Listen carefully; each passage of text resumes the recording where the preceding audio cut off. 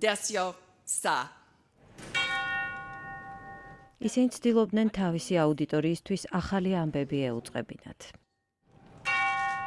ჟურნალისტები სამსახურეობრივი მოვალეობის შესრულების დროს დაიღუპნენ. ნიუზეუმმა მათ მემორიალს წელს 82 ახალი სახელი დაამატა. ფოტოჟურნალისტ ახმედ ალ-სამადს ბაჰრეინში ანტისამთავრობო მიტინგის გადაღების დროს ესროლეს. მამამისს ახმედის განუყრელი კამერა უჭირავს. მისი თქმით, ჟურნალისტის მკვლელობისთვის ბაჰრეინში არავინ დასჯილა.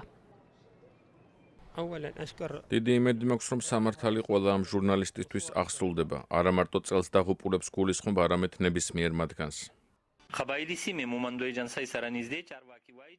ეს ამერიკის ხმის ჟურნალისტის მუქარამ ხანატიფის ერთ-ერთი ბოლო რეპორტაჟია. ის პაკისტანის მეჩეთში მოკლეს.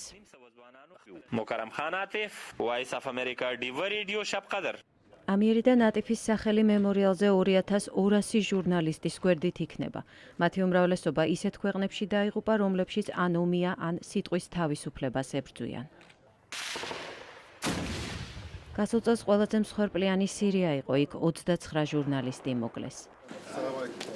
NBC-ს კორესპონდენტი რიჩარდ ენგელი გადამღებ ჯგუფთან ერთად სირიაში გაიტაცეს. მათი დაბრუნება მხოლოდ 5 დღის შემდეგ მოხერხდა. ერთი და იმავე ქვეყანაში, ამ შემთხვევაში სირიაში, ზოგ ტერიტორიას ერთი ჯგუფი აკონტროლებს, ზოგს მეორე. დედაქალაქი ისევ ძველი ხელისუფლების ხელშია.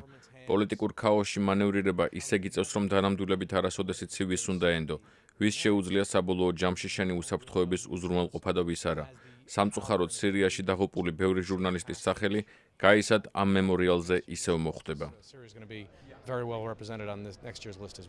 გასულ წელს სირიის შემდეგ ყველაზე მეტი 12 ჟურნალისტი სომალიში დაიღუპა. მას ბრაზილია და პაკისტანი მოსდევს. ჟურნალისტთა აღრიცხვა მემორიალზე 1827 წლიდან იწყება. ჟურნალისტები არა სამუშაო მაგიდასთან, არამედ რეპორტაჟის მზადების დროს დაიღუპნენ.